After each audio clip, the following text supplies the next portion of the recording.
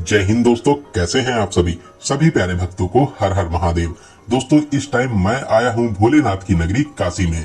आप इसे काशी, बनारस या वाराणसी के नाम से भी जानते हैं, लेकिन जो इसकी मेन पहचान है वो है विश्व के पालनकर्ता बाबा विश्वनाथ जी का अलौकिक मंदिर।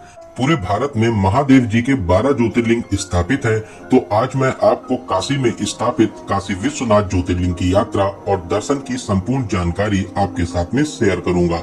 अगर आप भी महादेव जी के इस अलौकिक ज्योतिर्लिंग के दर्शन करने की प्लानिंग कर रहे हैं, तो ये वीडियो आपकी बहुत हेल्प करेगा। इस वीडियो में हम लोग बात करेंगे आप यहाँ तक कैसे पहुँचेंगे, यहाँ पर रुकने के लिए होटल या धर्मशाला कहाँ पर लेना चाहिए, यहाँ पर खाने पीने की कैसी व्यवस्था है, दर्शन करने का सही तरीका क्या रहता है, और वीडियो के लास्ट में बात करेंगे बजट की। कितने बजट में आप इस पावन यात्रा को पूरा कर सकेंगे। तो एक बार बिना स्किप किए इस वीडियो को पूरा जरूर देखें, जिससे आपको यात्रा और दर्शन की कंप्लीट इंफॉर्मेशन मिल सके। तो चलिए आज मेरे साथ घूमिए भोलेनाथ की प्यारी सी नगरी काशी में। दोस्तों, कमेंट बॉक्स में हर हर महादेव जरूर लिखें। तो चलिए एकदम शुरू से शुरू करते हैं और जानते हैं कि आप यहाँ तक कैसे पहुँचेंगे। यहाँ तक आने के लिए जो सबसे सस्ता और अच्छा तरीका रहता है वो रहता है ट्रेन का। हर छोटे बड़े स्टेशन से यहाँ तक डायरेक्ट ट्रेन आपको मिल जाएगी। आप ट्रेन का सुहाना सफर पूरा करके वाराणसी या यहाँ के दूसरे स्टेशन बनारस तक आ सकते हैं। तो अगर आप आसपास के शहरों से आ रहे हैं तो आप बस के माध्यम से भी यहाँ तक आ सकते हैं। वाराणसी स्टेशन से कुछ ही दूरी पर बस स्टैंड बना हुआ है, तो अगर आप बस से आना चाहते हैं तो आप बस के माध्यम से भी आ सकते हैं। वहीं अगर आप फ्लाइट से आने की प्लानिंग कर रहे हैं तो बनारस में ही यहाँ का एयरपोर्ट बाबतपुर एयरपोर्ट बना हुआ है, आप फ्लाइट के माध्यम से भी आ सकते हैं। वहीं दोस्तों, अगर आप अपनी कार से आना चाहते हैं तो यहाँ तक आने के लिए ये भी एक अच्छा ऑप्शन रहता है। आपको यहाँ पर बहुत सी कार पार्किंग भी मिल जाएंगी, तो आप कार के माध्यम से भी यहाँ तक आ सकते हैं। दोस्तों, मैंने ये सफर ट्रेन से पूरा किया है। हमारी ट्रेन बनारस रेलवे स्टेशन पर पहुंच चुकी है। बनारस रेलवे स्टेशन से मंदिर की दूरी लगभग 5 किलोमीटर की रहती है। और वहीं अगर आपकी ट्रेन वाराणसी रेलवे स्टेशन पर पहुंचती है तो वाराणसी रेलवे स्टेशन से मंदिर की दूरी लगभग 4 किलोमीटर की रहती है। दोनों ही जगहों से स्टेशन के बाहर से आपको ऑटो और ई रिक्शा मिल जाते हैं। ऑटो और ई रिक्शा में 20 रुपए पर पर्सन का चार्ज लेते हैं और आपको मंदिर के पास में ड्रॉप कर देते हैं। दोस्तों, आप ऑटो से गोदलिया चौराहा या इससे पहले पड़ने वाले चौराहा गिरजाघर क्रॉसिंग चौराहा तक आ जाइए, क्योंकि ये लोकेशन रुकने और खाने पीने के लिए बहुत ही अच्छा लोकेशन रहता है। यहाँ पर आपको नॉर्मल रेट पर बहुत से होटल और धर्मशाला मिल जाएंगे। तो चलिए ऑटो के माध्यम से अब हम लोग पहुंच चुके हैं गिरजाघर क्रॉसिंग चौराहा के पास में। दोस्तों, यहाँ पर 2 व्हीलर पार्किंग भी बनी हुई है। इसी पार्किंग के सामने गली में आप आराम से होटल ले सकते हैं। बहुत ही नॉर्मल रेट पर आपको होटल मिल जाएंगे। तो चलिए अब बात करते हैं होटल्स की रेट की। नॉन एसी रूम आपको 600 से 1000 में मिल जाता है। वहीं आप अगर एसी रूम लेना चाहते हैं तो 800 से 1200 या 1500 तक आपको बहुत ही अच्छा एसी रूम मिल जाएगा। यहाँ पर बहुत से धर्मशाला भी बने हुए हैं। धर्मशाला की रेट की बात करें तो 400 से 500 रुपए में आपको बहुत ही आराम से एक अच्छा सा धर्मशाला मिल जाएगा। दोस्तों, रुकने और खाने पीने के लिए ये लोकेशन सबसे बेस्ट लोकेशन रहती है। 500 मीटर की दूरी पर मंदिर स्थापित है और साथ ही साथ 500 मीटर की दूरी पर दशाश्वमेध घाट भी स्थित है, तो आप यहाँ पर आराम से रुक सकते हैं। तो चलिए एक अच्छा सा रूम लेने के बाद में कुछ देर आराम करेंगे और अब हम लोग चलेंगे गंगा स्नान और मंदिर में दर्शन करने के लिए। दोस्तों, ये सीधा रास्ता आपको दशाश्वमेध घाट की ओर ले जाता है। बीच में गोदौलिया चौराहा भी पड़ता है, जहाँ पर चौराहे पर नंदी जी की प्रतिमा स्थापित है। तो अब हम लोग आगे बढ़ते हुए दशाश्वमेध घाट की ओर चलेंगे। आप यहाँ पर बिल्डिंग की खूबसूरती देख सकते हैं। कितनी प्यारी प्यारी डिजाइन से बिल्डिंग्स को बनाया और सजाया गया है। सभी बिल्डिंग्स को एक ही कलर और डिजाइन में बनाया गया है, जो बनारस की खूबसूरती में 4 चांद लगाती है। तो इस अद्भुत रास्ते और भीड़ से होते हुए अब हम लोग पहुंच चुके हैं दशाश्वमेध घाट पर। दशाश्वमेध घाट पर हम लोग गंगा स्नान करेंगे। दोस्तों, दशाश्वमेध घाट के अलावा यहाँ पर और भी बहुत से घाट बने हुए हैं। आप ललिता घाट पर स्नान कर सकते हैं, अस्सी घाट पर स्नान कर सकते हैं, हरिश्चंद्र घाट पे स्नान कर सकते हैं, और भी बहुत से घाट बने हुए हैं जहाँ पर आप स्नान कर सकते हैं। तो दोस्तों स्नान करने के बाद में अब हम लोग बात करते हैं कि आपको कहां से एंट्री करनी चाहिए। अगर आप ललिता घाट पर स्नान कर रहे हैं तो ललिता घाट से ही कॉरिडोर बना हुआ है। कॉरिडोर के रास्ते आप गंगा द्वार होते हुए मंदिर में प्रवेश कर सकते हैं।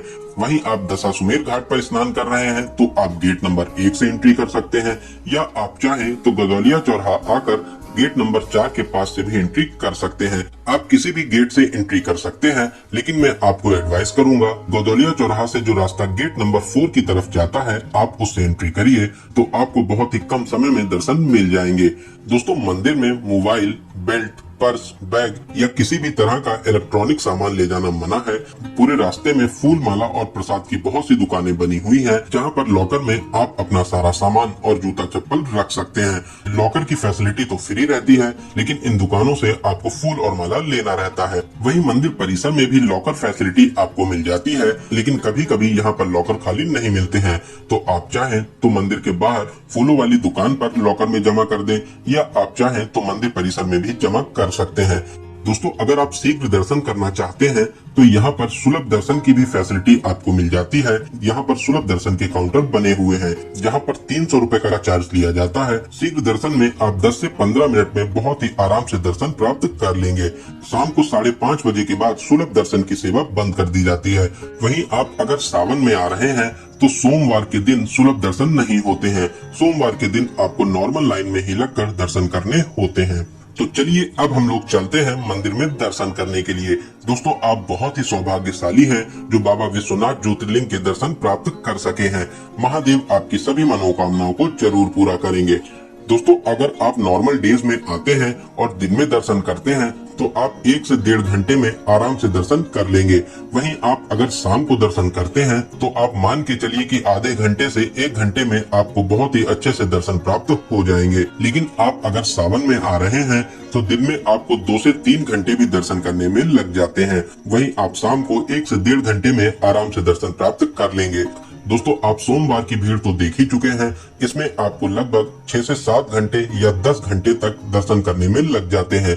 दोस्तों ऐसी मान्यता है कि मंदिर पर जो शिखर स्थापित है, इसको देखकर आप जो भी मनोकामनाएं मांगते हैं वो भगवान भोलेनाथ आपकी सभी मनोकामनाओं को जरूर पूरा करते हैं। दोस्तों काशी बहुत ही प्राचीन नगरी है। माना जाता है इसे स्वयं महादेव जी ने बसाया था। विश्वनाथ मंदिर की भी कहानी बहुत ही ज्यादा पुरानी है।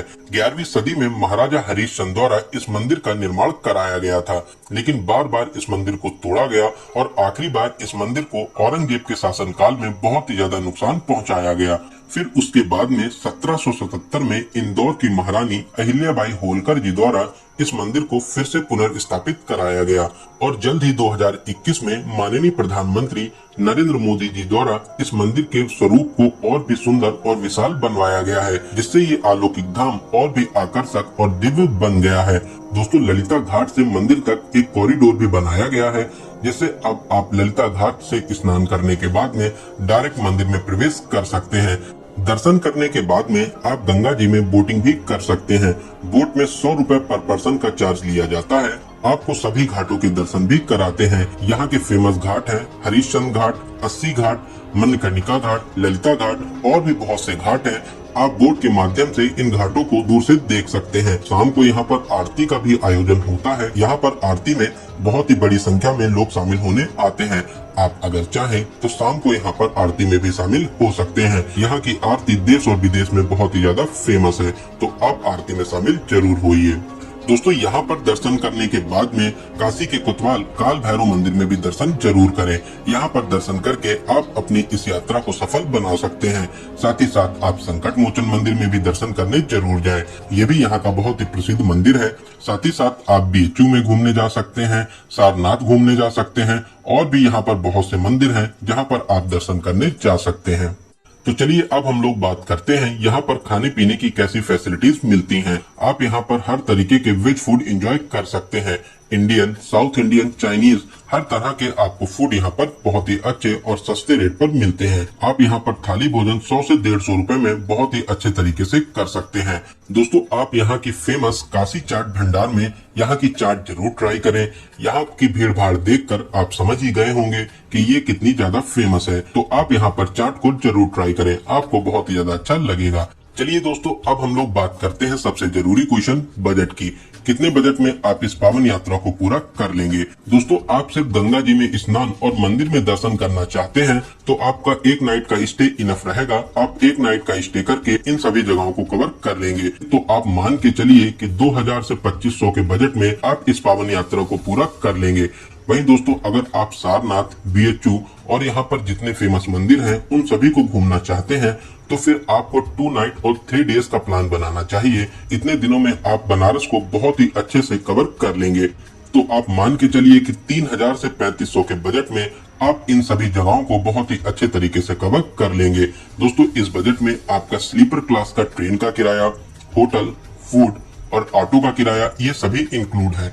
वहीं दोस्तों, अगर आप घूमने के लिए टैक्सी लेते हैं, बहुत ही VIP होटल में रुकते हैं और फ्लाइट से अपनी यात्रा को पूरा करते हैं तो दोस्तों फिर आपका जैसा बजट हो उस हिसाब से अपनी इस पावन यात्रा को पूरा कर सकते हैं। तो दोस्तों, यहाँ पर मैंने आपको काशी विश्वनाथ ज्योतिर्लिंग के दर्शन और यात्रा की हर एक छोटी बड़ी जानकारी को बहुत ही अच्छे और सही से देने की पूरी कोशिश की है। मैंने हर एक क्वेश्चन को कवर करने की पूरी कोशिश की है। अगर फिर भी आपके कोई क्वेश्चन रह जाते हैं तो आप हमें कमेंट के माध्यम से पूछ सकते हैं। बहुत ही जल्दी आपके कमेंट का रिप्लाई दिया जाएगा। दोस्तों, आप इस वीडियो को कहां से देख रहे हैं और आपको ये वीडियो कैसा लगा कमेंट बॉक्स में जरूर बताइएगा। अगर आपको ये वीडियो अच्छा लगा हो तो आप अपने एक लाइक से हमें और भी ज्यादा मोटिवेट कर सकते हैं। आपके एक लाइक से हमें बहुत ही ज्यादा मोटिवेशन मिलता है, तो प्लीज लाइक और शेयर करें। साथ ही साथ बेल आइकन प्रेस करने के बाद में ऑल नोटिफिकेशन को जरूर क्लिक करें, जिससे भविष्य में आने वाले सभी वीडियो आपको आसानी से मिल सकें। तो चलिए दोस्तों, अब मिलते हैं किसी ऐसे ही इंफॉर्मेटिव वीडियो में। तब तक आप अपना और अपने परिवार का बहुत ज़्यादा ख्याल रखें। आपकी यात्रा सफल, सुगम और मंगलमय हो। जय हिंद, जय भारत, हर हर महादेव।